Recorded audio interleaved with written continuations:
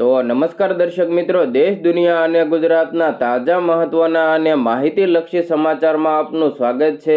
દર્શક મિત્રો, દેશ અને વિદેશમાં ઘટતી અવનવી ઘટનાઓની માહિતી તેમજ રાજકારણને લગતા સમાચારોની અપડેટ સૌથી પહેલા મેળવવા માટે અમારી ટ્રેન્ડિંગ ગુજરાત યુટ્યુબ ચેનલને અત્યારે સબસ્ક્રાઇબ કરી લેજો અને બાજુમાં આપેલા ઘંટડીના નિશાનને પણ પ્રેસ કરી દેજો, જેથી અમારા અવનવા વિડીયોની અપડેટ સૌથી પહેલા તમારા સુધી પહોંચી જાય।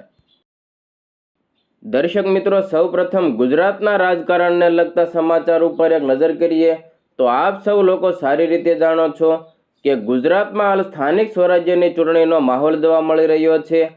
26 તારીખે આ સ્થાનિક સ્વરાજ્યની ચૂંટણીને લઈને મતદાન થયું હતું, ત્યારે હવે આજે એટલે કે 28 તારીખના રોજ આ ચૂંટણીના પરિણામો જાહેર થવાના છે।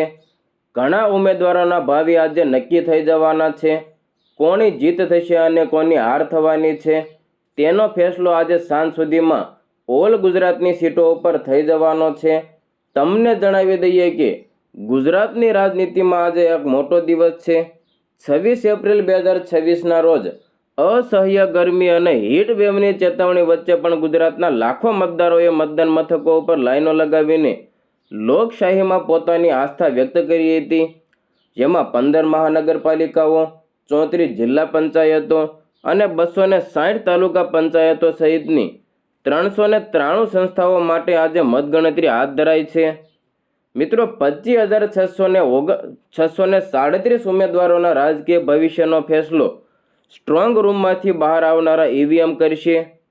26 એપ્રિલે યોજાયેલા મતદાનમાં ગુજરાતના શહેરી અને ગ્રામીણ વિસ્તારોમાં મિશ્ર પ્રતિસાદ જોવા મળ્યો હતો, પરંતુ મહાનગરોમાં ગત વર્ષોની સરખામણીએ મતદાનની ટકાવારીમાં નોંધપાત્ર ઉછાળો આવ્યો છે।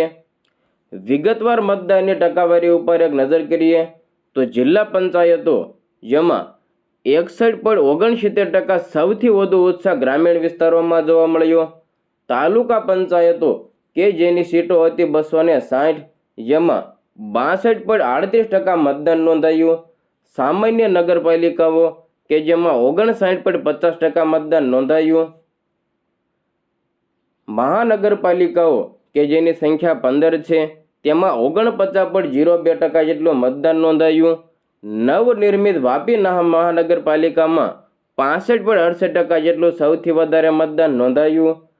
સુરતમાં મતદાનની ટકાવારીમાં 5%નો વધારો એ રાજકીય પક્ષો માટે ચર્ચાનો વિષય બન્યો છે।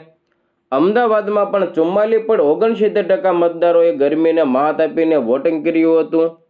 આ ચૂંટણી માત્ર સ્થાનિક નથી, પરંતુ 2027ની વિધાનસભાની ચૂંટણી પૂર્વેની સેમીફાઇનલ ગણાઈ રહી છે। આજે કુલ 9,263 બેઠકોના પરિણામ જાહેર થવાના છે। મિત્રો, તમને જણાવી દઈએ કે રાજ્ય ચૂંટણી પંચે આજે 28 એપ્રિલની સવારથી જ મતગણતરીની પ્રક્રિયા શરૂ કરી દીધી છે। દરેક મતગણતરી કેન્દ્ર ઉપર ત્રિસ્તરીય સુરક્ષા વ્યવસ્થા ગોઠવવામાં આવી છે, જેમાં સ્ટ્રોંગ રૂમ, ઉમેદવારોના પ્રતિનિધિઓની હાજરીમાં સીલ ખોલવામાં આવશે।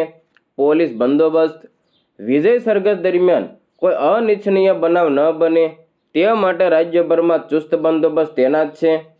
ડિજિટલ અપડેટ્સ, ચૂંટણી પંચની સત્તાવાર વેબસાઇટ અને એપ પરથી પળે પળના આંકડાઓ જાહેર કરવામાં આવશે।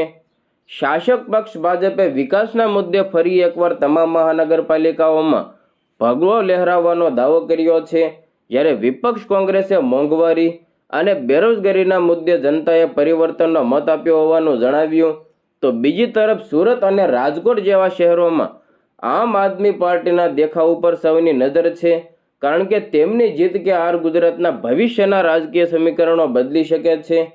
મિત્રો, 28 એપ્રિલ 2026નો આ દિવસ ગુજરાતના સ્થાનિક વિકાસ માટે સીમાચિહ્નરૂપ સાબિત થશે। રસ્તા, ગટર, પાણી અને શિક્ષણ જેવા પાયાના પ્રશ્નોને ધ્યાનમાં રાખીને જનતાએ કોને શિરોધાર કર્યા છે તે સાંજ સુધીમાં સ્પષ્ટ થઈ જશે। આ ચૂંટણીના પરિણામો આગામી 5 વર્ષ માટે ગુજરાતના નગરો અને ગામડાઓની પ્રગતિઓનો રેડમેપ તૈયાર કરશે।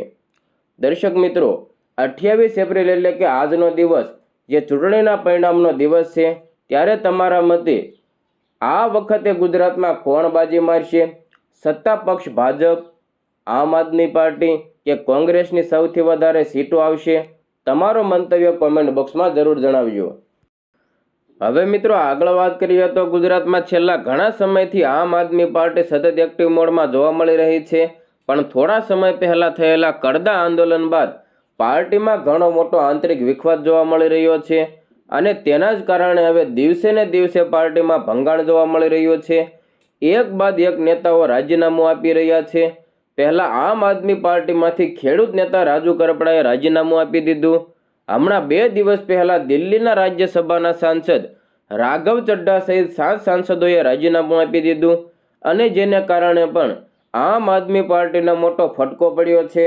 હવે ફરી એકવાર આમ આદમી પાર્ટીનો આંતરિક ડખો સામે આવ્યો છે, જેમાં વધુ એક આપ ગુજરાત નેતાએ પાર્ટીમાંથી રાજીનામું આપી દીધું છે. આમ આદમી પાર્ટીના જાણીતા નેતા સાગર રબારીએ રાજીનામું આપ્યું. તેના જ કારણે હવે વધુ વાર આમ આદમી પાર્ટીને ભોગવવાનો વારો આવ્યો છે.